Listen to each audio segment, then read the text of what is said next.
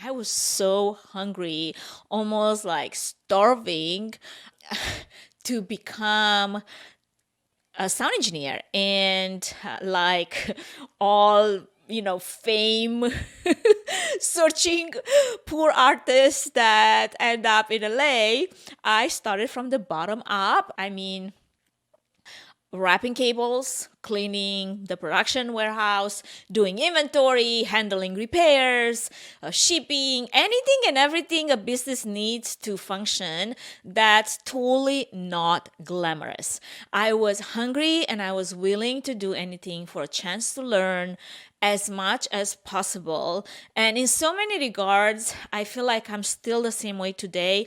If I want something, if I need to learn something, I'm not afraid to get my hands dirty and just do it.